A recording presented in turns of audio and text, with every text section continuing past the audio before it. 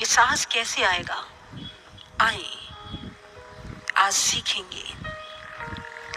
आज हम ऐसी यात्रा करेंगे जिसमें हमें प्रभु के भक्तों का दर्शन होगा, उनकी भक्ति का दर्शन होगा, उनके व्यक्तित्व का दर्शन होगा और उनके चरित्र से कुछ सूत्र, कुछ अंश हम अपने जीवन चरित्र में ढाल लेंगे और उनसे सीखेंगे प्रभु से प्रेम कैसे किया जाता है, प्रेम की वास्तविक परिभाषा है क्या।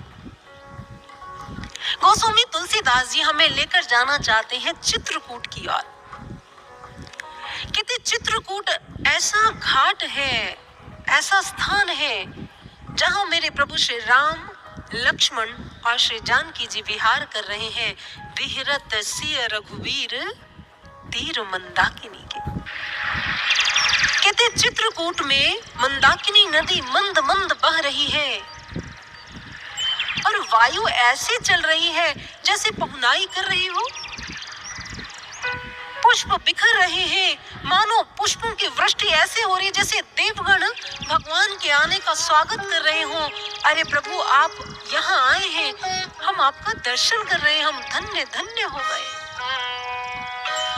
बाबा कहते हैं इतना अद्भुत वातावरण है चित्रकूट का। मयूर नृत्य कर रहे हैं, पक्षी चहचहा रहे हैं, मंद मंद वायु बह रही है और पुष्प मानो खिलकर भगवान का स्वागत कर रहे हों।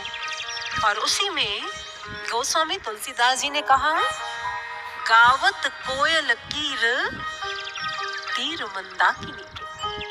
कोयल और कीर मधुर गीत गा रही हैं। तो तुलसीदास जी एक दिन भावों में बहते बहते इतना बह गए, कहने लगे अगर प्रभु की महिमा गाई तो कोयल और कीर ने गाई।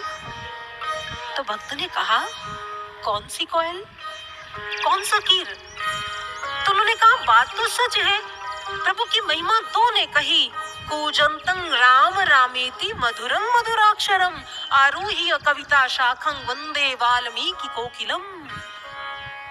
वो कहते हैं वाल्मीकि रूपी कोयल कविता रूपी शाखा पर बैठी है और मेरे राम का मधुर गीत गा रही है। तो तुलसी से पूछा कीर कौन हुआ? तो उन्होंने कहा कीर तुलसी है जिसे राम ही पढ़ायो है। यदि ये कीर कुछ गा रहा है, कुछ बोल रहा है तो इसमें उसकी कोई क्षमता नहीं है। इसे पढ़ाने वाला, इसे सिखाने वाले राम है। और कहते चित्रकूट में प्रभु विद्यमान है, देवगण आते हैं, ऋषि मुनि आते हैं और भगवान उन्हें प्रणाम करते हैं। कैसे? देवताओं को प्रणाम किया, हाथ